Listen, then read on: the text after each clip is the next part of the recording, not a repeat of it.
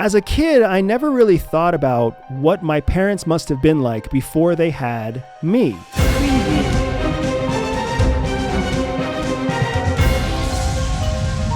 Now, my mom had me very young, and she married my stepdad when he was actually quite a bit older than she was. So I don't really have a strong memory of my parents before I was about 10 years old. And by the time I was 10, my mom was 30 and my stepdad was 43 years old.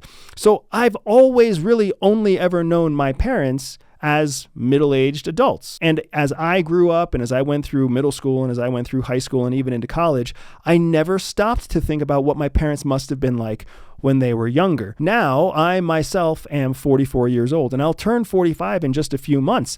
But I'm realizing that middle age really sucks. And for everybody out there who is middle-aged, you know exactly what I'm talking about. Your body starts to feel funny. It hurts.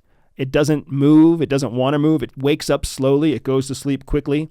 Your mind starts to forget things. Your patience basically goes out the window, whether it's patience for your kids or patience for your spouse or patience for other drivers. Middle age poses so many significant challenges.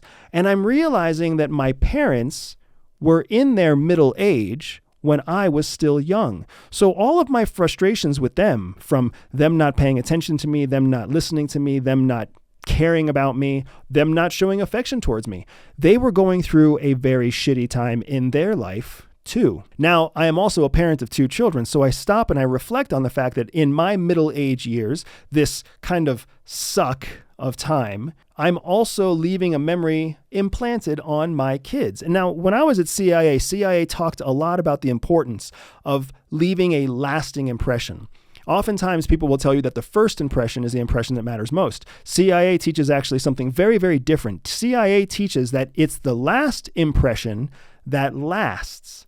And what they mean by that is it doesn't really matter what you do when you first meet somebody. Your first meeting of somebody is very unlikely to be their long-standing memory of you. In fact, it is the last thing that you do with that person, the last impression that you leave, that becomes the impression that lasts the longest, the memory that lasts the longest. So I think on that and I reflect on that because my parents, what I remember of them is very much the last impression, not the first impression. I remember my parents when I was 16, 17, 18 years old, much stronger than I remember my parents when I was 5, 6, or 7 years old, which must be true for how my kids will view me, how my spouse will view me, how my employees will view me.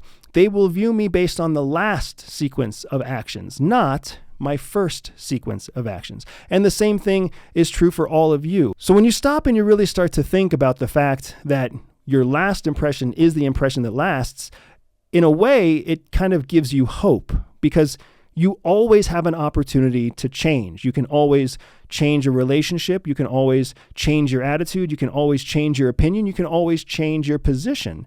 And that's, in a way, a very exciting opportunity, even though it sounds like a daunting task. Because as a 44-year-old man, one of the things that I am also slow to do anymore is change. I used to change very quickly. I used to love changing plans, changing meals, changing what alcohol I drink at night. And now it's much harder to do those things. I want my specific brand of whiskey. I want my specific bedtime. I want my favorite foods, and I want them now. It's not like when I was younger. As an entrepreneur who is also in middle age, I find that I'm at a few disadvantages.